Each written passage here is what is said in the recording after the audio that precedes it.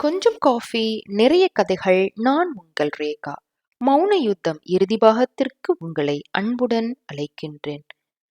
தன் எண் அவருக்கு எப்படி தெரிந்தது என்று யோசித்தாள். பின்பு பதிலுக்கு ஒரு குறுஞ்செய்தி அனுப்பினாள்.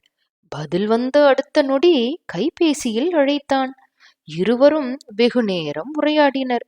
எவ்வாறு சுமியோட கைபேசியில் தன் எண்ணை பதிவு செய்தேன் என்பதையும் விவரித்தான். நாட்கள் கைபேசி உரையாடலில் இன்பமாக கழிந்தது சுமிக்கு. சித்ராவுக்கு வேலை பளு கூட ஆரம்பித்தது. வீட்டு வேலை, அலுவலகப் பணி, கல்யாண வேலை என மூன்றையும் தனி ஆளாக சமாளித்தாள்.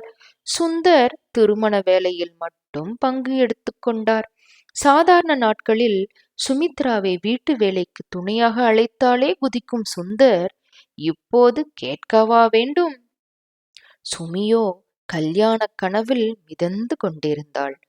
பாவம், சுமித்ரா இன்னும் சில நாட்கள் மட்டுமே நம்முடன் இருக்கப் போகின்றாள். அதனாலேயே அவளை வீட்டு வேலைகள் செய்ய துணைக்கு அழைப்பதில் சித்ரா தயங்கினாள். சித்ரா மௌனத்தை மட்டுமே ஆயுதமாக கொண்டாள்.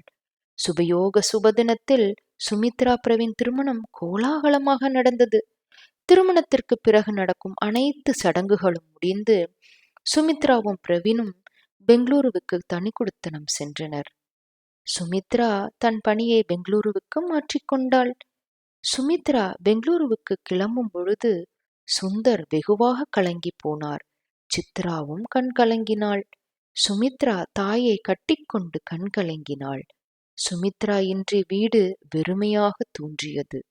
சுந்தரும் சித்ராவும் கொஞ்சம் கொஞ்சமாக அந்த சூழலுக்கு பழகி போயினர்.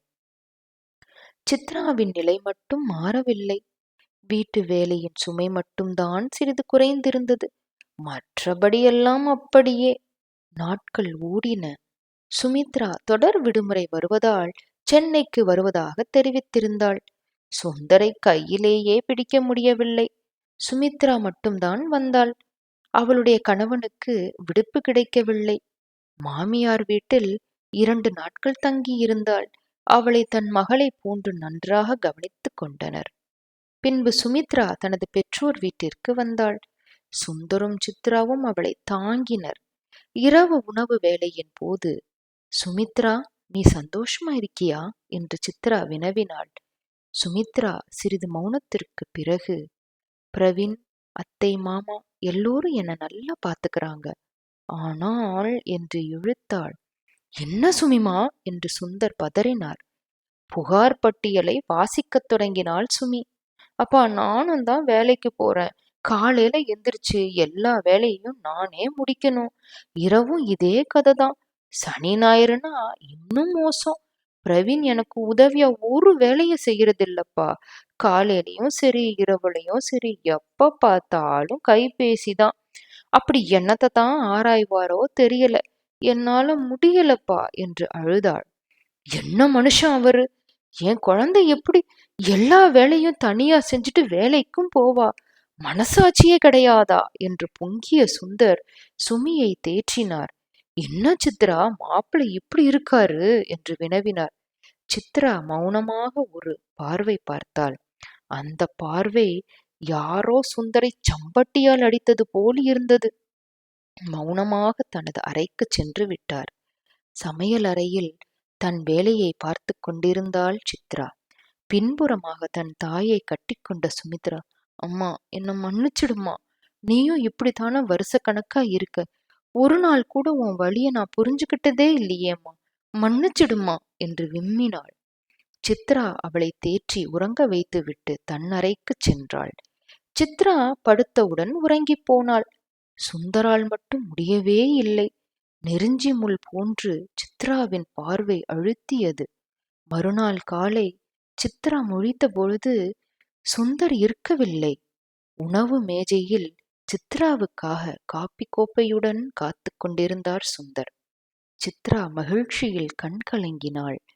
தன் அருகில் அமரச் சொல்லி காப்பி கோப்பையை கொடுத்துவிட்டு, என்னை மன்னிப்பாயா சித்ரா என்றார். அவர் கரம் பற்றி கொண்டு தோளில் சாய்ந்து கொண்டு காப்பியை பருகியவாறே ஆரம்பித்தாள். தன் அறையில் இருந்து வந்த சுமித்ரா, என்னதிது? என்ன நடக்குது இங்க? என்று குறும்பாக கேட்டாள். சுந்தரும் சித்ராவும் தன்னிலை உணர்ந்து சிரித்துக் கொண்டனர். மூவரும் வெகுநேரம் சிரித்து பேசிக் கொண்டிருந்தனர். அன்றிலிருந்து சுந்தர் சித்ராவுக்கு எல்லா வேலைகளிலும் துணையாக இருந்தார். சுமித்ராவும் தான் அங்கு தங்கியிருந்த எல்லா நாட்களிலும் சித்ராவுக்கு உதவி செய்தாள். சித்ராவின் மௌன யுத்தம் முடிவுக்கு வந்தது. இதேபோல் நம்மிடையே இருக்கும் பல சித்ராக்களின் மௌன யுத்தம் முடிவுக்கு வரும் என நம்புவோம். இது போன்று வேறு சில கதைகளுடன் உங்களை மீண்டும் சந்திக்கின்றேன்.